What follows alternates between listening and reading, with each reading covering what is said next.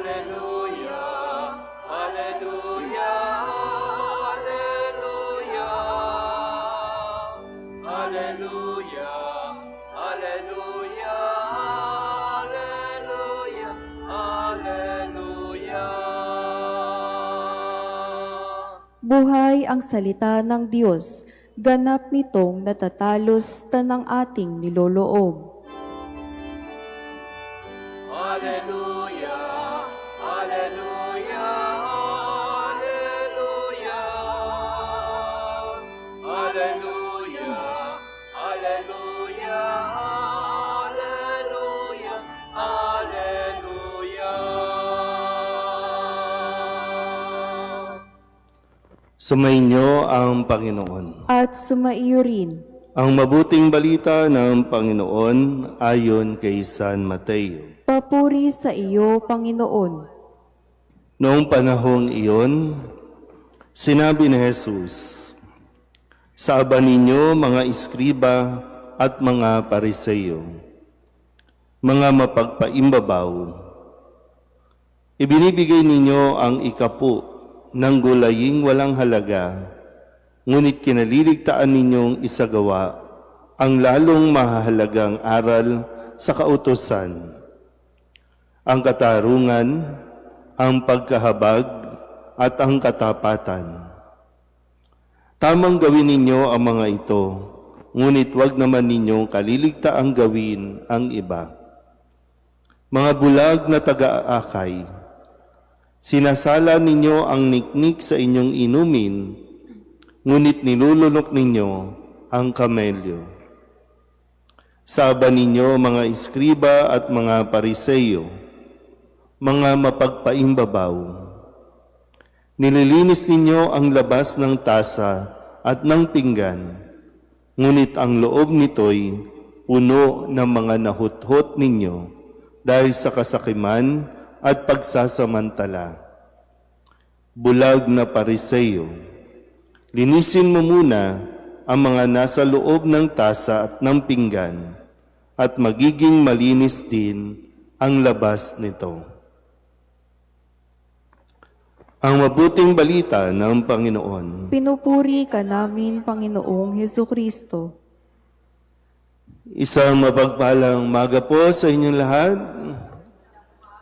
Ngayon po ay Martes ng ika-21 linggo sa karaniwang panahon.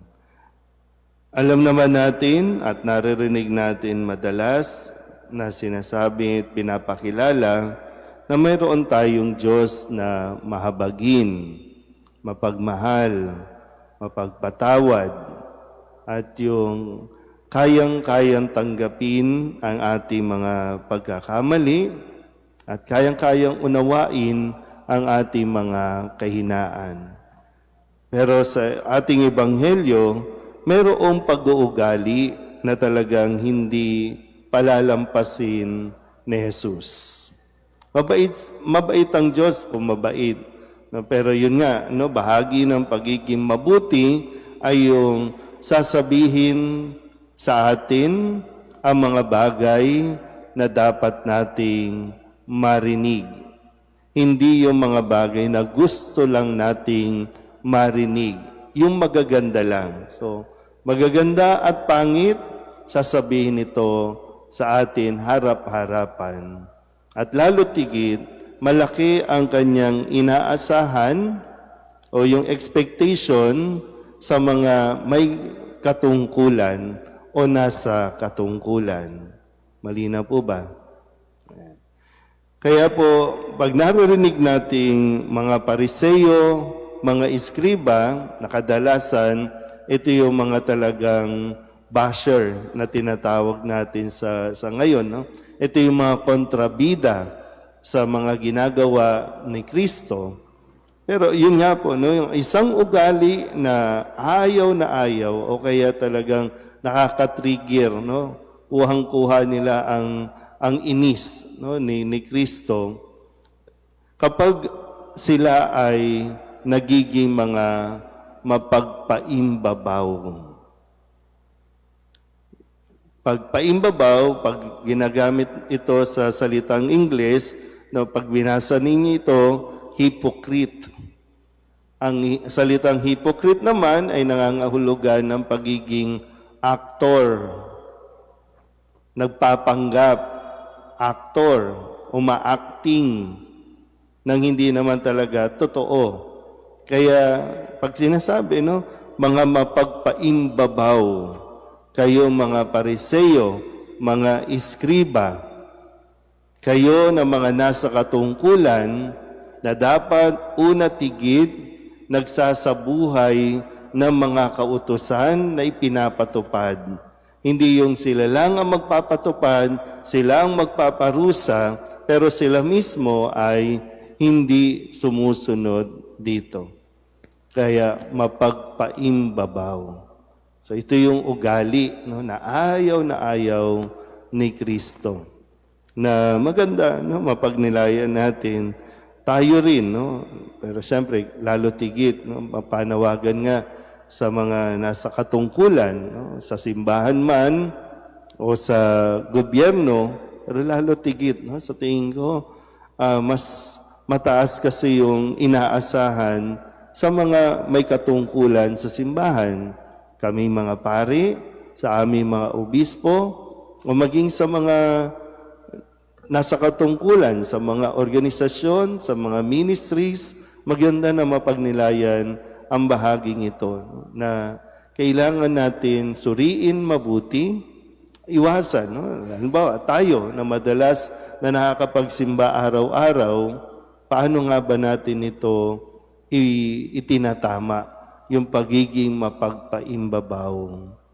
Pwedeng, no, talagang masipag tayong magsimba araw-araw, pero pagkatapos ng simba, may iba bang pagkatao na umiiral? Meron bang iba, no, na pwedeng ngayon ang babait natin tingnan, pero pagkatapos ng misa, paano ba tayo sa ating kapwa? So, ito yung hindi, alam niyo, yung hindi ito tolerate ni Kristo. Itatama ito ni Kristo. Masakit man mapakinggan, pero kung ito yung totoo, ito yung para sa ikabubuti natin. Pag sinabihan tayong ipokrito, kailangan natin pagnilayan ng mabuti. Bakit kaya? May nakikita ba sila na baka hindi ko na rin napapansin? Minsan kasi masyado na tayong bulag sa mga ginagawa natin, lalo tigit sa mga ritual.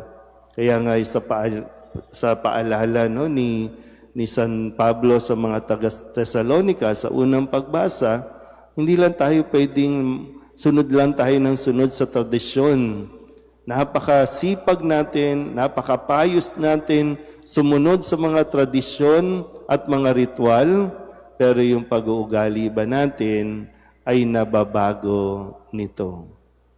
Aanin mo kung sa ulo mo lahat ng mga dasal, ng mga rosaryo, pero yung ugali ay hindi nababago. Baliwala ito.